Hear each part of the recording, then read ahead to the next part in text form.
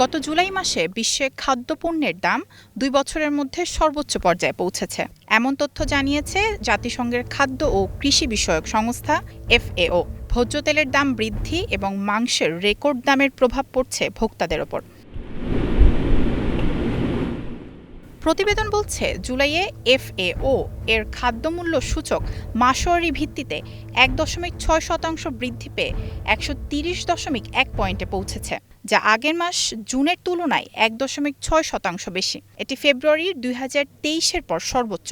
এর কারণ হিসেবে সামনে এসেছে বিভিন্ন নিত্যপণ্যের সরবরাহর ঘাটতির বিষয়টি। চীন ও যুক্তরাষ্ট্রের উচ্চ আমদানি চাহিদা গরু ও ভেড়ার মাংসের দাম বাড়িয়েছে, কারণ যুক্তরাষ্ট্রের খরার প্রভাবে গবাদি পশুর সংখ্যা কমে যাওয়ায় গরুর মাংসের আমদানি বেড়েছে। অন্যদিকে চীন গরুর মাংসের জনপ্রিয়তা বৃদ্ধিতে গত বছর রেকর্ড পরিমাণ আমদানি করে দেশটি। এছাড়া বিশ্ববাজারে পাম, সয়াবিন ও সূর্যমুখী তেলের দামও বৃদ্ধি পেয়েছে সাম্প্রতিক সময়ে। অন্যদিকে বিশ্ববাজারে ১৩ বছরের সর্বনিম্ন দামে বিক্রি হচ্ছে চাল। তবে বিশ্ববাজারে দাম কমলেও বাংলাদেশে অনেক দিন ধরেই ঊর্ধ্বমুখী চালের বাজার। মায়াশিকা রহমান, স্টার নিউজ।